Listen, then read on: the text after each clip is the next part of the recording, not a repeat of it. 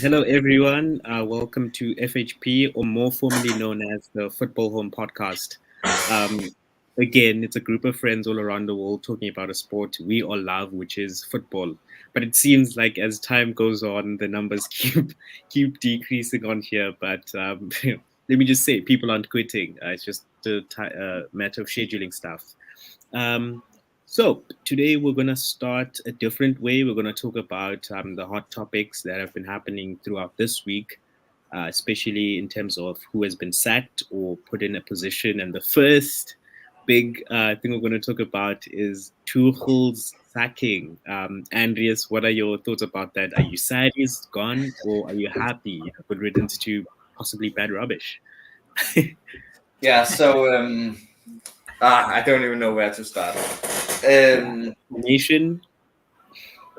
I mean, it has not been looked good like lately. Yeah. This season has not been looking good. So it makes sense, and you can't really say, oh, he performed well and all that kind of stuff, because it did not look good. And as a Chelsea fan, I'm used to things going well. So when I see, even if it's Tuchel, which I have been very clear always about, I think he's one of the best managers ever, actually. But no matter if you are Tuchel and being that great, you still have to perform, and he has not done that lately. And so looking at it from that perspective, I think it's good getting something new, and I like to see this new owners because this is their first like big move, saying, okay, you can't perform, so we're doing something new. I love to see that. I don't want to be in a situation where they don't really take chances and just let it go as it is. So I love to see it, but at the same time, I feel like maybe it's a bit too soon. Like we did not lose big to Dynamo Zagreb. It was 1-0. Surely we should have won, but it's not like a big loss. And we just beat West Ham. Not a big win, but it's still a win. So I think it was a bit early, but and I'm a big fan of Tuchel, so it really sucks. But again, I love to see that they are taking some changes. Yeah, and I mean, it's pretty interesting to think of, because I think Chelsea spent the most in terms of English teams in the transfer market, I think around 200 million. And it looks like even though there were those signings, there wasn't a huge improvement in the way Chelsea seemed to be playing. And I'm not sure if it's something that was also put into consideration, because I think concerning the UEFA Champions League game you guys lost, I think Tuchel said he just thought your team was a high enough level that even though they weren't like specifically prepared for the team, they'd still do a reasonably good job. But obviously that didn't happen, and then the spotlight was kind of on him. Abdus, wanna pour some lemon into Andreas's eyes concerning the loss? Don't. So, I mean, I absolutely hate everything about Chelsea, especially since 2021 when they defeated us in Champions League. I don't like it. That's one reason. The other reason is Andreas. The fact that he loves the club so much, I can't stand it. And I think it was too soon. A manager like Tuchel, he can turn things around. But if you look at his history, the things that he's done in other teams like Dortmund, once his downfall starts, it's downfall for him. He doesn't come back up from there. So I think it was a smart decision, but I would have still waited, as a match or two, to see if it really is his downfall. Now I think what Chelsea are lacking is some fox in the box, or probably the traditional number 9, like Didier Drogba. I've been very, very adamant about this. When you look at Chelsea's games, you think they are a perfect team, but the only thing that they're missing right now is a proper traditional 9 like Didier Drogba that can score goals week in and week out. That's the only problem. I mean, Mason Mount is great, Kai Havertz is great, Pulisic is great, everybody's great, but you can't completely rely on them for regular goals. Pick up any big team in the world right now, any team. Real Madrid, Benzema scoring for them, Vinicius scoring for them. Haaland for City. Like, similarly, all big teams have someone that is regularly providing goals And that's what the problem is at Chelsea. The second thing about Tuchel, and it's just a rumor. I just read a rumor about Tuchel that's from AS. They suggest that after David and Carlo Ancelotti retire, just resign from Real Madrid next season, Tuchel is supposed to take the Real Madrid job. And the only question I think I have for Andreas is if he's a Tuchel fan and Tuchel decides to coach Real Madrid next season, would he also be a Real Madrid fan? If who does? Say it again. I said you are a Tuchel fan, right? So you would follow Tuchel wherever he goes, right? And there's a rumor that says Tuchel is probably going to replace Ancelotti at Real Madrid next year. So my question to you is, if that really happens, would you, Andreas, in your sound mind, support Real Madrid just because Tuchel is managing them? No. I was not supporting Dortmund or PSG when he was there. So why should I support Real Madrid? But I will be nervous because I know how great he can be. Like his first year, he gave us a Champions League trophy. Like, yes. So very few managers that can do that. Very few. Yeah, and I think that's where you're right. When it goes downhill, it goes downhill for him. That's true. But I feel like it's too soon. Like the man just gave us Champions League, and last year in Champions League we lost to those who end up winning the whole thing. So like, I mean, he has done pretty well for us. So I think it's too soon. But no, I will not support Real Madrid. I will not support Real Madrid even if my son started playing for Real Madrid. So that's not going to happen. So it's like John Terry's family.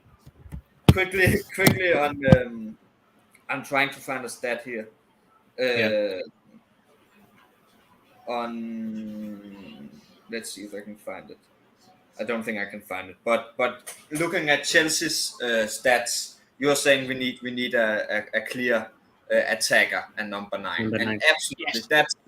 That's the position we need the most. Like every other position is pretty well, but we have some other big problem right now, and that's the defensive. It has been looked terrible, and I can't even say what the problem is because Koulibaly, all the other signings we got, Mendy usually looks good. I think for Fanai, I think we have a good defensive, like really good defensive. But it's just not working right now. And that worries me because that's always one of the things Tuchel had been best at. Like when we had Lampard, I knew we were going to have a lot of goals against us. Like I knew we were going to score, but people will score against us as well. That's not how it was with Tuchel. And that also one of the things where I'm like, okay, maybe it was a good move doing something. Solid. But yeah, defensive, I'm really worried. I'm actually really worried. Because surely we need number 9. That's the position you need the most. But the defensive is just looking bad. And I don't even know why. I can just see how bad it is. I mean, if you look at them, they signed 3 new defenders this season. Koulibaly, Fofana, and one other defender, right? And yes. Koulibaly. And after signing all of these, Koulibaly, and they signed Fofana, and I'm just thinking to myself, after signing all of these defensive, targets that are really sound in the defense, why is Chelsea not performing? Is it more of a tactical thing, or is it down to individual errors that has costed Manchester United so many problems? So I'm just trying to figure out where exactly it is the ship is sinking. Exactly, and that's where I'm worried because again, like we need number 9. I completely agree with that, but that's just where we clear a player we need. Where in the defensive we have the players. The players are there. I mean, you can't look at their careers and say they are not good enough because they clearly all are. So that what worries more because I don't know what the problem is. So I really hope our new manager will fix that. I mean, if you look at it, not like Chelsea haven't identified that they have a nine problem. Diego Costa was kind of able to fill the shoes of DDA Drogba for quite a while, but then not like Chelsea didn't go in the market hunting for a striker. They always have been. They always have. They signed Aubameyang, but he's not a regular goal scorer. I mean, that's yet to be proven. But they tried with Morata. They tried with Diego Costa. They tried someone from their own.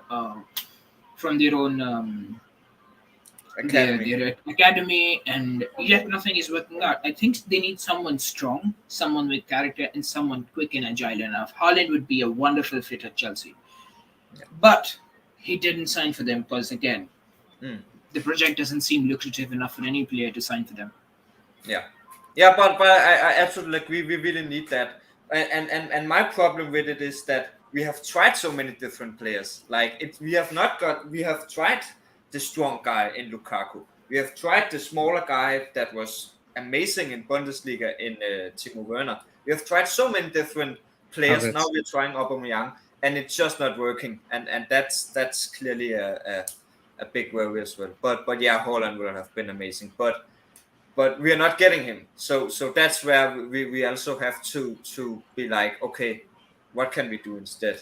And I think Havertz is a good player, but he has been playing a lot as the number 9 before Aubameyang came, and that has not been working in my opinion at all. Agreed. So yeah, I mean number 9 and right now the defenses is really big problems that I hope Graham Potter can take care of. Yeah, I guess on that point, we can now try to minimize the time and talk about Graham Potter's appointment and how his managing style can specifically fit for Chelsea's formation, the type of players that are at Chelsea. I mean, we know Cucurella played well under Brighton and now he's at Chelsea. How will that improve the team possibly? And who are certain players at Chelsea that could shine, particularly under Graham Potter? Then shortly after that, we can talk about Lallana as the new player manager for Brighton. Abdis? So, firstly, one thing I've witnessed after watching all these Brighton games is that Brighton do not have a particular someone they can rely on for goals or for creativity. They are a team. They play like a team, just like Nottingham Forest does, and that's something that is needed. Some appreciation, some more than it already gets. And as long as Potter was there, you wouldn't just say, "Oh, Veltman is doing great," or "Gross is doing great," or "McAllister is doing great." You would look at them as a team that plays physically. The work rate of each and every player is high. Okay, no player sits back, relax, or waits for the ball to come into the final third for them to make a move. They are always on their toes. Same with Fulham, Nottingham Forest, and Brighton. So I feel like Graham Potter, if he can implement something similar over here at Chelsea, I think that would be great. Now, I don't know about who's going to be really great at, who's going to be a great fit for Graham Potter's plans, but if he decides to play the way he played Brighton, then I think Kovacic is going to be someone he probably won't rely on because that guy is very low on stamina, and Potter requires high work rate from his players. So that's one thing I think. Kovacic is probably not going to make it through. Jorginho probably not. But then, knowing Potter, he probably is going to find something that, works best for the team and works around, the strengths of the players instead of his own way. Yeah. I think looking at Brighton, I think you can't argue that what he has been doing for them is amazing. Like, what position are they right now in the table? 4th or 5th or something like that. That's really high for a team like Brighton. I know it's early, but still really high. But I think you will always have that kind of thing where when you have a manager from Brighton going all the way up to Chelsea, if we look at the food chain and that kind of stuff, that is a big. And it was the same with Lampard. I don't remember the exact club, but he was from a very small club compared to what Chelsea is before he came to us. He was at Derby County, wasn't he? I think you're right. Yeah, and so that will naturally be that kind of concern for me. Is this maybe too high a move for him? I don't think it is, but there will always be that concern. and that's something to look at. But I think it's going to be really great. And looking at Brighton, I think one of their biggest accomplishments is how great they are defensive. And again, that's what we really need right now, because we have the players, they're just not performing well. So I think he can do a lot with that.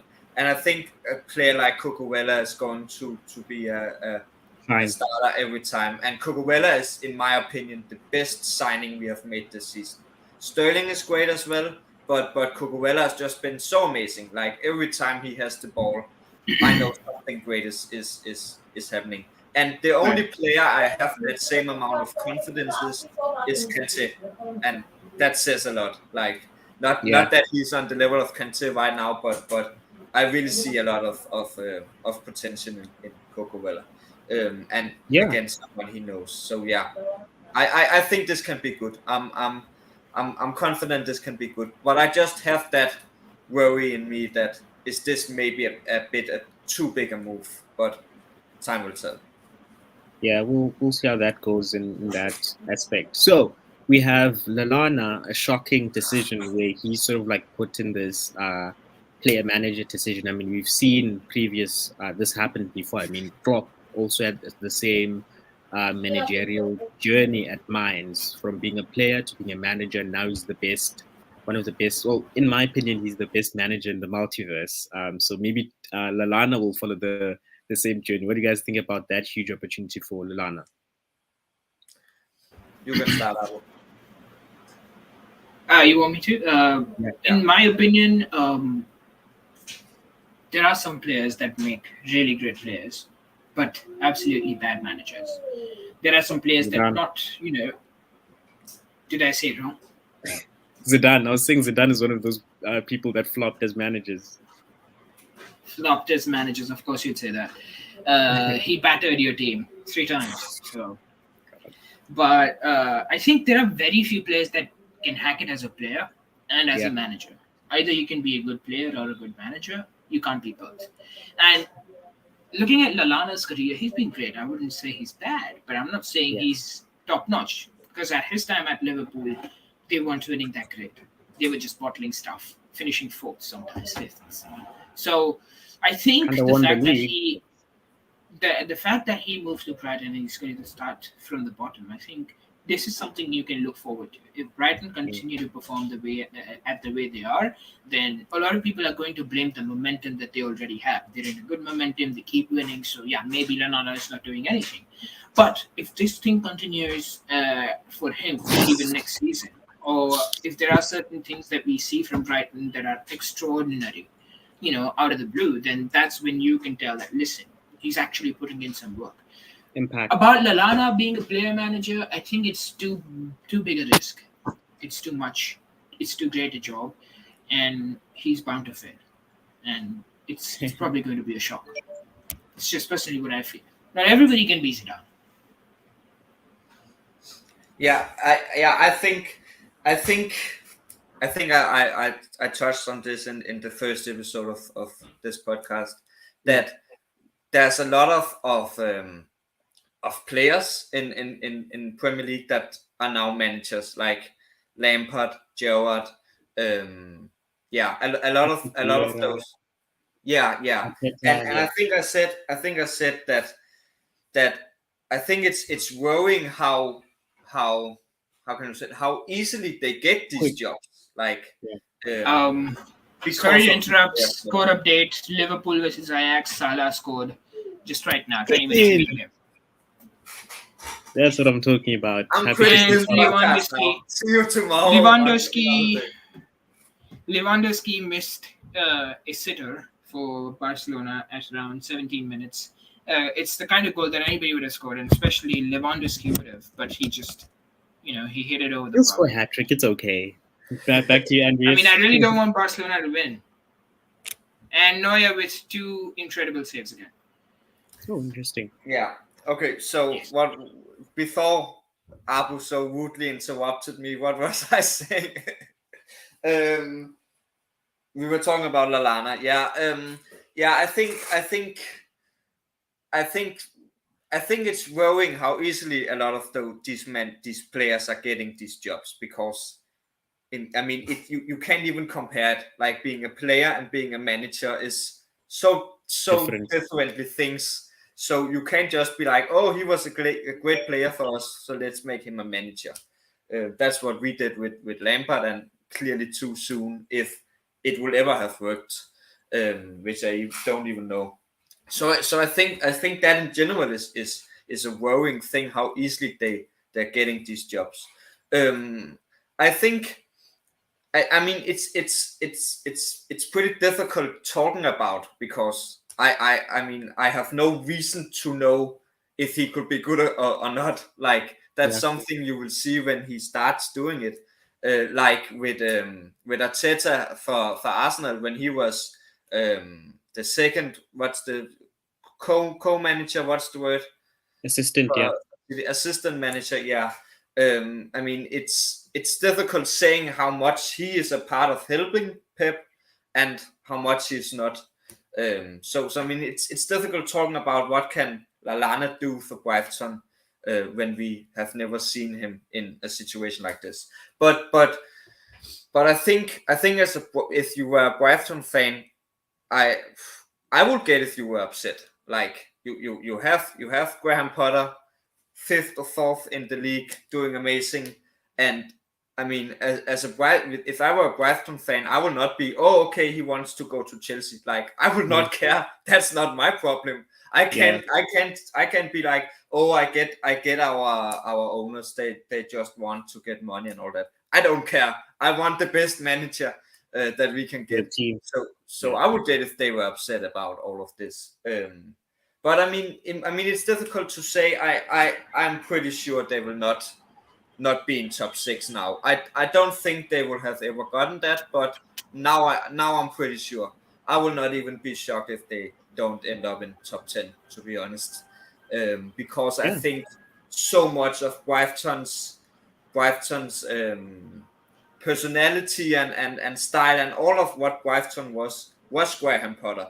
So taking him out of that is going to change Brighton a lot. Yeah, I guess we'll see how that goes for Chelsea and Brighton's trajectory in the Premier League overall. So now we can finally get to it. Talking about this week's, today and tomorrow's big Champions League games. First one we're going to be talking about is a huge shocker where the game went on 0-0 until the 90th minute, and then shocker, 2 goals come in, bang bang, then Sporting wins the game. I think both teams had an equal number of shots, which is at 12, but Sporting had more shots on target, and it seemed like they dominated possession and had a better passing accuracy. So it does seem, from what's here, that Sporting did dominate almost every aspect of the game. But obviously we know in terms of how Tottenham play their game, they usually give the other team possession, and then they do those quick counter attacks with those deadly people they have at front, like Richarlison, Kane, and Son. Not so much, but hopefully he gets back into form. Abdus, thoughts on the 2-0 win for Sporting? Shocking? No, I mean, it's Tottenham. Tottenham are going to Tottenham. They're going to bottle. It happens. It's something that happens every season. And honestly, I believe Conte is the man that can actually make things happen. But then again, I said the same for Mourinho and nothing much happened. So I'm not really sure. I know. And that's actually really sad, because, when you look at Tottenham as a club, you feel for them, because it's not like they've been bad. They have had their share of success at times. Yeah. They have been a club that you want to be afraid of because of how good they can be sometimes. But the only problem is that when it comes to winning certain trophies, they aren't just great at it. Because, when Real Madrid won the first UCL Cup in 2015, everybody said they are not going to win for the second time. But they did. Everybody thought they're not going to make it a third time in a row, but they did. Even last year, everybody thought PSG were going to knock Real Madrid out, but they did.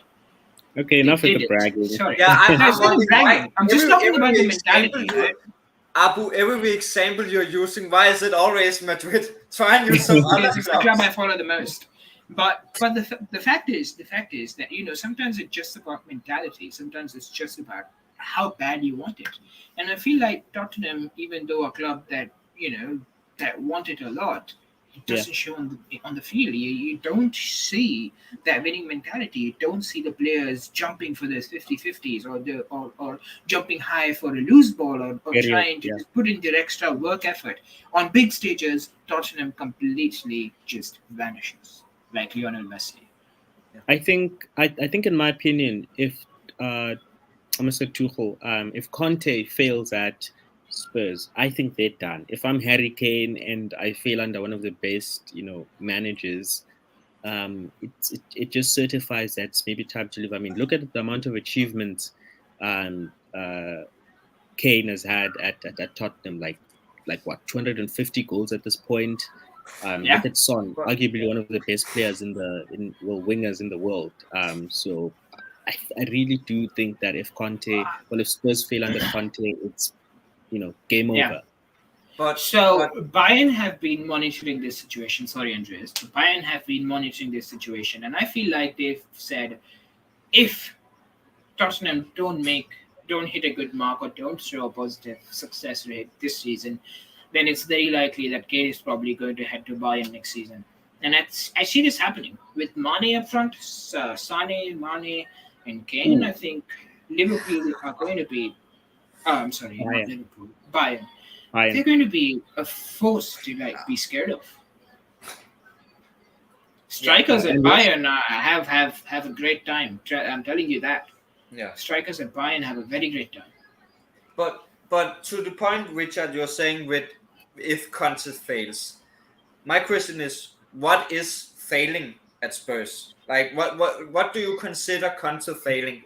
I mean, because if we look at it historically, we talked. You mentioned it well, Madrid. No one thought they would win, and then they do it year after year. It's so much more in Real Madrid's mm, DNA doing that. Like, just look at the Premier League teams. Sorry, Arsenal. No, no, I no, no, missed no, you. no, Can you no, say that no, again, no, please? no, no, no, no, no. I know you did not record this, so you can't use that against me at some point in the future. But look at Premier League teams: Arsenal, yeah, United, Liverpool. It's in their DNA. Maybe they have some bad seasons. Maybe they are doing bad, but it's still in that DNA that they can come back. Chelsea and City, for example, it's not in our DNA. We just have so many money that it mm, comes natural. Spurs is not in that situation. They don't have a So, lot of money. so They you don't believe have certain teams historic. don't need the money? Certain teams just have it in their DNA and their mentality Yeah, to go yeah, out yeah, and yeah. win. But a team like Spurs, they are not in any of those categories. They don't Right, have it in their DNA, and they right, don't have ex- they have a lot of money, right. but like not to a crazy amount. So I think what is failing, because I'm not looking at Spurs and being like, oh, I think they're winning Champions League or Premier League. I think they can be a candidate, but I don't Yeah. expect them to win anything. I think it's shocking how bad they are doing in Champions League right now. I think what Abu said about they flop every time. I think that's really good, because like they won 2-0 against Marseille, a Marseille team with 10 men. Marseille had a red card. Marseille is a good team in France, but Yeah. Spurs should be much better. Sporting, I mean, one of the best team in Portugal, Portugal. but Spurs should still be much better. So losing and winning against Marseille in the way they did, that's not impressive at all. I So I think mean, we have to talk about what is failing for Conte, like, because I'm not looking at, oh, he's going to fail if he's not winning, because I don't expect him to win Premier League or Champions League. I Yeah, mean, maybe I just agree. Sorry. yeah, maybe we can just have one more dialogue before we jump on to the next game. But yeah, Abdus, you can go. I think it is more. There is more to what we can see on the field. In my opinion, should I say, they have tried world class managers. A manager that went on to win Champions League with teams like Porto. Hmm. If he couldn't hack it at Tottenham, True, even true. after so much experience that he's had over Yeah, decades of managing teams, I think there's something wrong, not only with what we see on the field, but what happens behind the doors. And I feel like a huge credit has to go to Daniel Levi. I mean, he's a great businessman. Not gonna lie, he's done some serious business over the time. But is he a real manager? Someone who understands football as much as he thinks he understands? Because the way Tottenham have been signing players, the way they have been putting themselves on the block, the way they have constructed their entire their stadium, White Hart Lane, I think they are not to be mistaken for something that's huge. They're a great big club, and I think what's lacking is deeper than what we see on the field. Yeah. Yeah, I guess we can jump on to the next game, which is Liverpool. Oh, geez. So AX just equalized, so the score has just changed to 1-1. So something. You have to change it then. Richard, Yes, you have to but- change it. It has to be how it is on the green screen. Yeah, We love a good upside. Change it, Richard. 1-1. I can see Yes. it says Oh, 1-0. okay, That's thank not how it is. So it seems like Liverpool is dominating in the sense of attack, of having more shots on target. Possession seems to be equal at this point, but obviously Liverpool is going to have better possession as time goes. And yeah, I don't know what's going on, because if I look at the lineup, it's almost like our traditional lineup, except that we have Harvey Elliott in the midfield, and we have Jota as the number 9 for tonight's game, which is a lineup I'm pretty solid with. So I do think we can still win. And I think if we don't win this game, then a huge amount of rethinking has to happen, because we literally don't have an excuse with the strong lineup. So thoughts on that while I change the fucking scoreline? Oopsie. So, should I go first, Andreas, or do you have something to say? You can start. So, I think what's happening here is everybody's figured out how to crack Liverpool, and that's affecting the mentality of the players. That's affecting the morale, and that is making them perform even worse. Because if I was playing as a player, and let's just say I'm the best player in the world, hypothetically, Absolutely hypothetically. between the three of us, I think I'm the best soccer player. So arguable. Okay. Anyway, but the point being, if I was playing up against Virgil van Dijk, I'd be scared. I'd genuinely be very scared, right? But he doesn't seem to be working that great. So I think it has more to do with the morale than it does to do with how he's playing.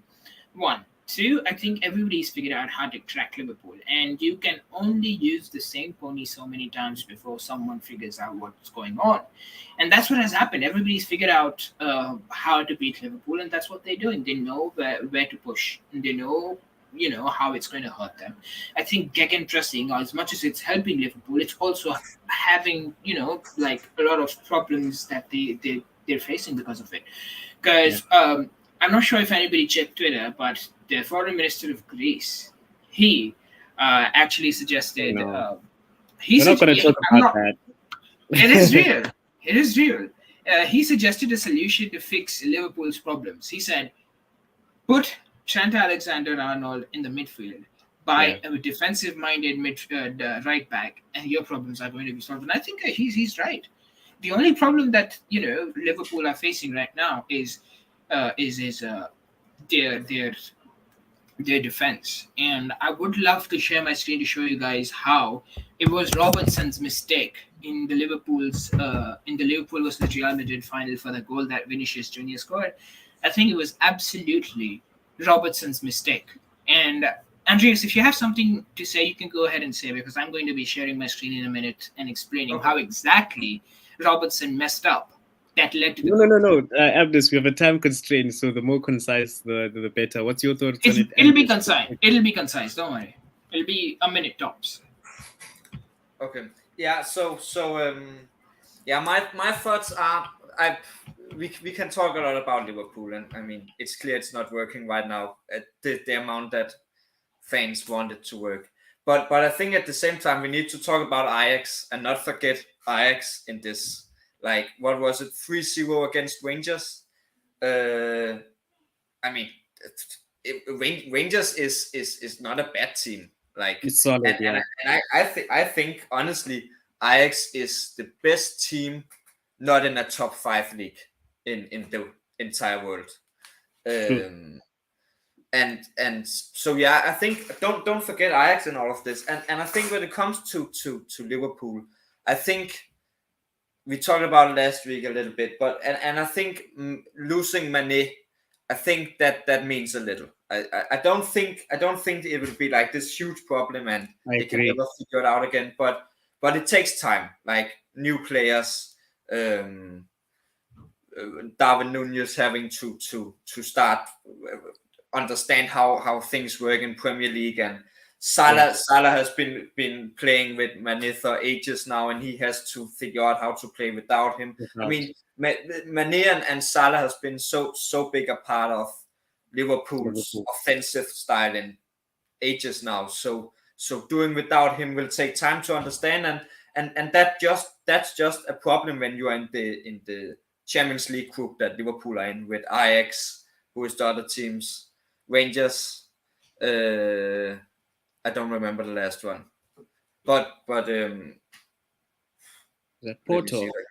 I mean, but a really difficult group that you can't be like, oh, we have to make it. We have to try and understand how to work. That's not possible in a group like that, and I think that's what Liverpool are seeing right now.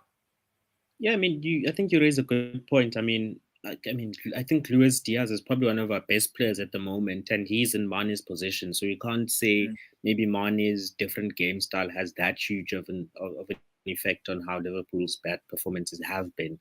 But like I said, the starting lineup we have today is solid. So if we do lose tonight, that means there really is something wrong with us. But unless, Abdus, you want to say something, we can switch to the next game. No, I do have something I want to show. Just stay with me.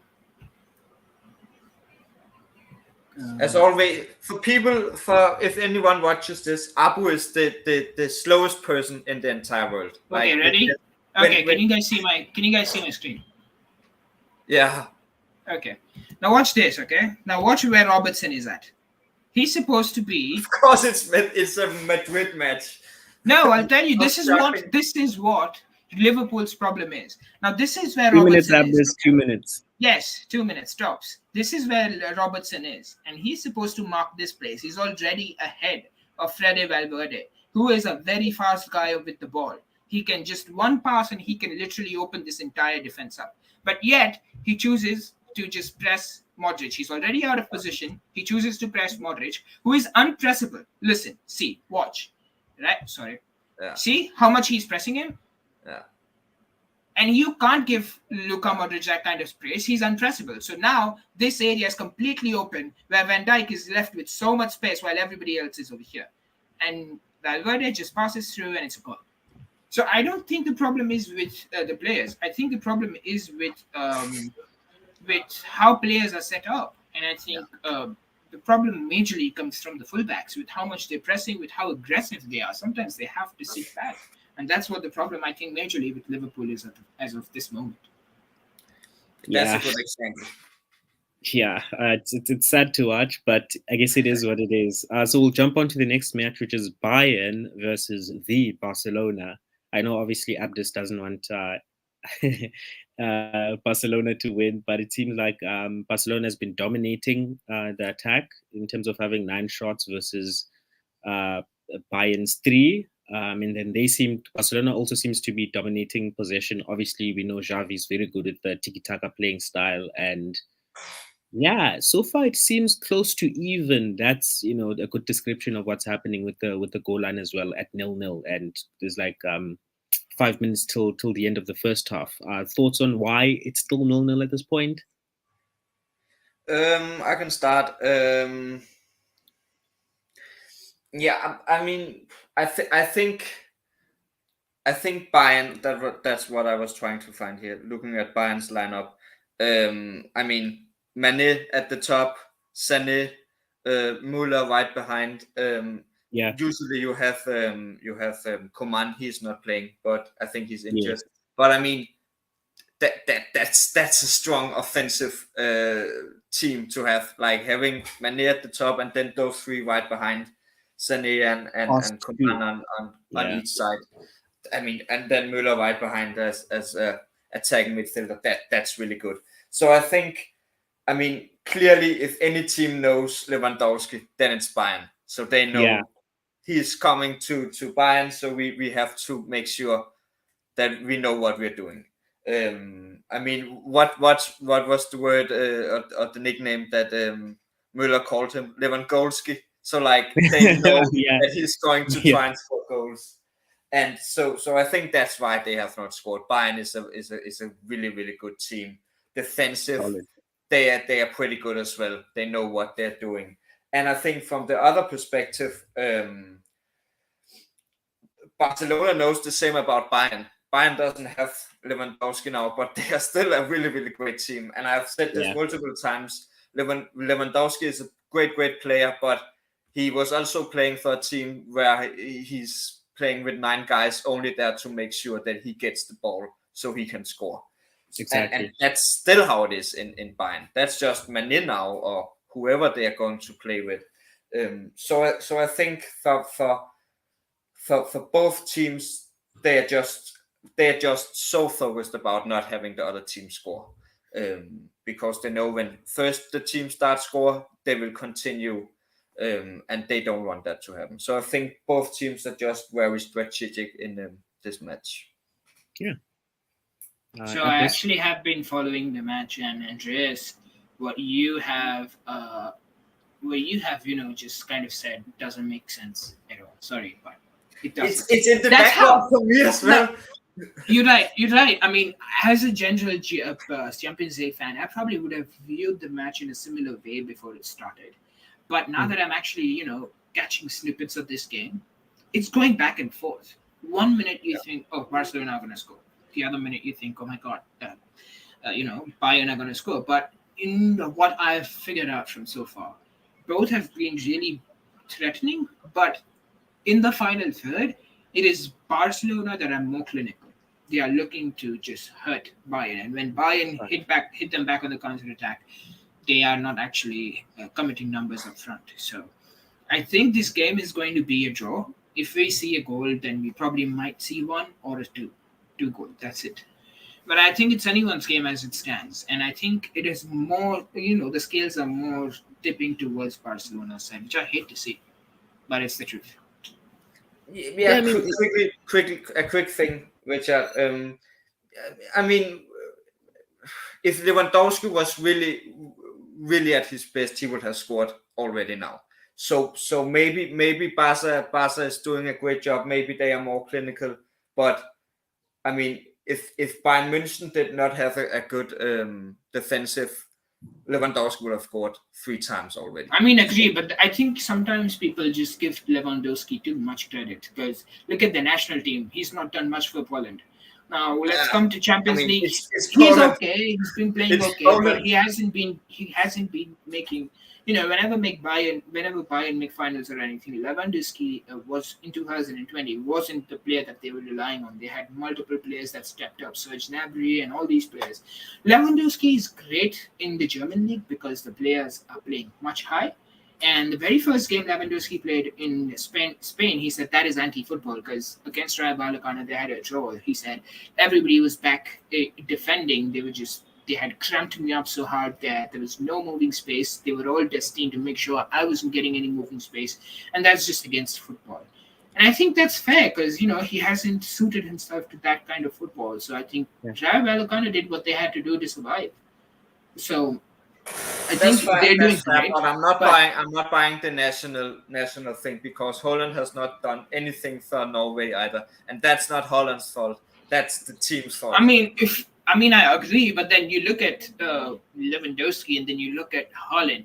They're literally at two ends of the spectrum. Like Lewandowski is about to get retired in a few years, and Holland is just starting. So you have to. Yeah. But it is a smaller team to play in. Like, Poland teams, I would say, if I had to put Poland and Norway on a scale to see who's a better team, I think I would say it's fair. It's balances are just. The scales aren't tipping on somebody's side because it's a balanced team. Yeah, I guess that should sum that up. I think the next game we can talk about is tomorrow's games, and I think we can start off with Abdus's team, which is Real Madrid versus RB Leipzig. So yeah, try and keep it short, Abdus. 15 I minutes. mean, He can't. I think Leipzig are gonna have problem with holding Vinicius Junior, containing him, and probably Rodrigo as well. And if we see Eden Hazard tomorrow, then they're gonna probably have a problem with that too. Remember, Leipzig play three at the back. Their defensive line is way up towards the center half, and it's gonna be difficult unless Leipzig completely sit back and contain Real Madrid tomorrow. I think. They can actually cause troubles. But I think Vinicius Junior is someone you want to look out to tomorrow because he's probably going to make something happen. And I believe that Benzema being out does affect Real Madrid, but it doesn't completely rule us out either.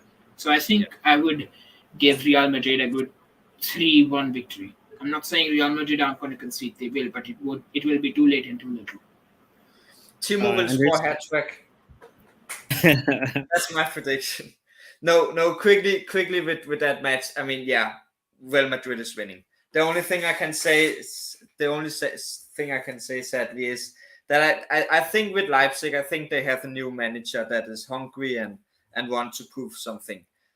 But I mean, that I think that is a good point that they have a new manager. He has been doing good so far. And yeah, he's looking hungry, and I think he wants to do something with it with this match. But I mean, it is Real Madrid, sadly. Yeah. So he just gave us a compliment. Thank you, Andreas. If Timo scores a hat trick, I'm going to troll you for the rest of your life. No, if Timo Werner scores a hat trick, you're gonna come to this podcast next time with no hair. You're gonna go bald. Is that a deal? I'll accept that right now. No? So he doesn't have any trust in Timo. I mean, it's the truth. We have a time schedule. I know you're not used to be on this podcast. It's only your second time. Me and Richard have been here every episode so far, so we know how it works. I know you're a rookie in this game, so you don't understand that we have a time. It's not the podcast that we're talking about the time constraints. I'm talking about the fact that you will go bald if Timo Werner scores a hat trick at the Bernabeu. Can you mute the rookie or something like that so we can? I'll try. Oh, geez, you guys. So I guess the game we can try chat about is Man City versus Dortmund. Obviously, the player that comes to mind is Haaland because he initially played for Dortmund and now he's playing for City. I'm not sure about this, but I think Dortmund is probably second in the Bundesliga. Obviously, City. Also, I don't think at the top, or I could be wrong. What do you guys think this game is going to go? Which direction, City or Dortmund, and any scoreline predictions? City is winning. I actually, in my stupid mind, thought that FC Copenhagen had a chance against Dortmund. And I was completely wrong. It ended 4-0 to Dortmund. So I was wrong there. But then on the other hand, City was playing against Sevilla, and that also ended 4-0 to City. So, Sevilla is clearly a bigger team than Copenhagen. So I think that says everything you need to know about City just being much better than Dortmund. Sevilla have been very poor this season, so you don't want to judge City based on how they performed against Sevilla. They've been very poor this season. No, City won 4-0. Yeah, against Sevilla. Sevilla, don't use them as your marker. Don't use them as something you look up to as your general standard. Because Sevilla are performing way under the mark this season, and it's saddening. But they're still better than Copenhagen. True. Yeah. But then I feel it's this game, Manchester City are going to win it, but I think it's going to be a close game. 3-2 is what I guess. If not the first, then definitely the away leg for City. It's going to be interesting. I think it's going to be interesting. I think it could go 3-1 to City because Dortmund are like fifth in the league and they've already lost twice so far in 7 games. So it's not really looking good. I mean, they've lost important players. Sancho is playing for United. Obviously, Haaland is playing for City. They've lost important players in important areas, and I think that's why they aren't really that good. And I think it's obvious to say it's not something that we should probably even debate about. I think City is probably going to take this one home. It's just a matter of time at this point. Dortmund is 5th place right now. Yeah. I think most of it is to do with the fact that Haller is, out. And I feel really sad for the guy because he was looking like a very promising striker. But for him to be out like that, for cancer and stuff, it's just saddening. And I think that if Haller was still playing, Dortmund would look like a completely different side. Team. Yeah. Jude Bellingham, there's so many players still out there, but there is that lacking venom. Yeah. And 5th place, that's not the best, but I mean it's early in the season. But I thought they were 2nd or something. They're not. They're 5th. I mean, it's Champions League. You don't want to rule out Champions League. I mean, sometimes a club with a lot of oil money comes in and defeats, a white great club that has won the title so many times. It just happens sometimes. Anything can happen in the Champions League. Yeah, and to sum up the video, we can now talk about the last game we're going to be chatting about, which is Chelsea versus RB Leipzig. Chelsea versus RB Salzburg. Sorry, both Red Bull teams kind of. I would die if we were going to play against Timo. I will not be able to live with that. The Judas 2.0. He'll be apologizing after scoring the goal. Thoughts? This will probably be, I think, Graham Potter's first game in charge potentially, and. Yeah, there's so much, especially because it's his first Champions League game as well. So maybe that could be something that lingers in his mind. And fingers crossed he performs well. But if he doesn't, I mean, it's his first game, so surely he'd need more time. But if he wins this one, that means it's good momentum for things that are to happen. Andreas, thoughts? Yeah, I think there's two sides to this. The first side is if he goes out and wins this, his first Champions League, Salzburg, a pretty big team. That would be epic. Like that would be. Everyone will go. If he wins this, everyone will go. He's the right man. And I feel confident that we are going to win. But then there's the other side that's like, again, it's his first match. His first match, not just in Champions League, but his first match for the entire club against a big team like Salzburg. So if he's not winning, I'm not going to be like, it's not going to work or anything. But in the morning. But if we lose this match, we have lost 2 matches in Champions League. I mean, that will be catastrophic. Like, not for his career, not for. I still think he will end up being great even if he loses this. But we can't, as a Champions League team, we can't lose this. We can't. Absolutely. You know, as a Liverpool fan, it will be terrible. Like it really will. And that's so much pressure putting on a new manager like him. Yeah. So I kind of wish he was starting in a Premier League match, but that's not how it is. And yeah. Going to be really interesting for sure. Abdus? I just hope Chelsea lose, that's all. That's all I want to say. And it's pretty possible. If it happened once, it can happen again. Yeah. I mean, it's a different manager. You can't even compare. You can't just say if we can lose again. Yeah. Real Madrid changed 3 managers in 2019, only to come back to Zinedine Zidane again for them to have another good season in the next year. So, I mean, it's not the managers. If we lose, Abu will understand. He knows how it is to lose to teams like Sheriff, for example. So Abu, I saw Richard had to think about that one. Abu will understand how it is to lose to small teams. I mean, it's okay if I'm losing to small teams, but then completely battering the big ones for 13 UCL titles. I'm okay with that. It's 14 actually. 14. The best part about this is I'm very jealous. Where's the Barcelona shirt or the United shirt or whatever? I'm very jealous of the two of you because if the two of you wanted to tell I get you on that. You guys have some sort of titles. Like if a Liverpool fan wanted to tell someone how many UCL titles they had, he could just say 7 or 6. How many do you guys have? 7, right? 6. If Andreas wanted to tell someone how many UCL titles Chelsea has, he could use just one hand and he'll be done with it. Me, I can't even use 2 hands and tell someone how many I have. And why is that? Is Why is that? Because you have 5 different teams you are supporting. So, of 14. course, 14. Like, you're counting both United, Real Madrid, Barcelona. Of course, you don't have enough hands. 14. I mean, can you show 14 with 2 hands? You have Please even tell more me, sir. because Newcastle is winning. So that's not okay. The way you. The fact of the matter is that you want to be us, but you can't be us, and that's the thing. We just cannot be us. And no matter what kind of team you support, you cannot deny the fact that last year Real Madrid's run all the way to the final was the best run anybody could ever have in the Champions League from the moment the format changed in 1995. There, I said it.